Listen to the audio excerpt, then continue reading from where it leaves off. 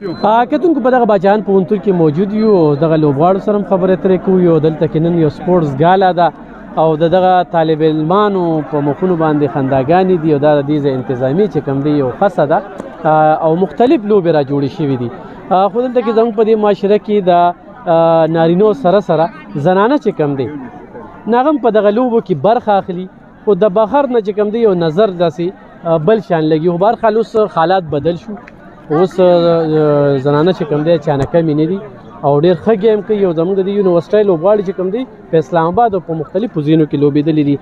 خپله پیژنګلو کې کوم ډپارټمنټ سره تعلق ساتئ او نن دې لوبو ته په کوم نظر ګورئ؟ جی زما نوم ګلدسته وهاب دی او زه فزیکس ډپارټمنټ سره تعلق لرم.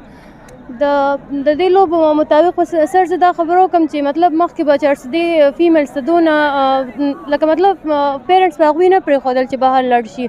او په چارسدې کې چې دا یونیورسټي باچا خان مطلب د دې دا چې چام جوړه کړې ده او د دې سوچ چې چام کړو سر ډېر ښه دی.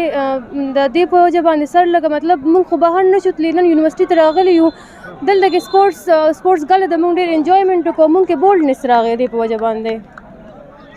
ویسي صاحب نه به څه غوښتنه کوي چې داسې قسمه لوبې را جوړ سر ویسي ته به زه دا خواست کوم سر چې هغه له پکار چې داسې قسمه لوبې دلته کې نور هم وکړي، ځکه دې سره موږ کې بولډنس راځي. او بله خبر دا سر چې موږ مطلب موږ دې سره بولډنس او انټرټینمنټ مونږ کې راځي. وینئ چې دلته کې داسې لوبغاړي شته چې هغوی کې ټیلنټ شته چې مخکې تللی شي خو موقع ورکړي. او جی سر دلته کې فیمیلز کې ډېر زیات شته، سپیچز هر څه فیمیل کې شته، خو سر دلته کې لکه هغه نشته، هغه توجه ور نه ورکېږي. نو ویسي ته زه دا خواست کوم چې دونه لکه مطلب فیمیل له دونه توجه ورکړي چې هغوی هم د میل شانه به شانه ودرېږي.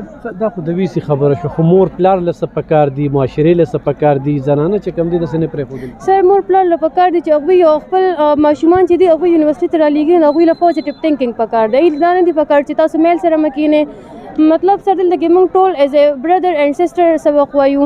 نو سر پیرنټس ته به زه دا خواست کوم چې کم پیرنټس چې خپل لوریان یونیورسټیو ته نه را پرېښودل غواړي، له پکار چې خپل لوریان یونیورسټي ته را پرېږدي، ځکه دلته کې بالکل سیم ماحول دی ایز اے برادر سسټر. ډېره مننه کتونکو د دې مطلب چې نیتونه ټیک کول دي. نن په باچان پوهنتون کې چې کومې لوبې را جوړې دي دا به تاسو سره شریکوو. مختلف لوبې پکې روانې دي او د دغه طالباتو سره هم خبرې اترې کوو. زموږ سره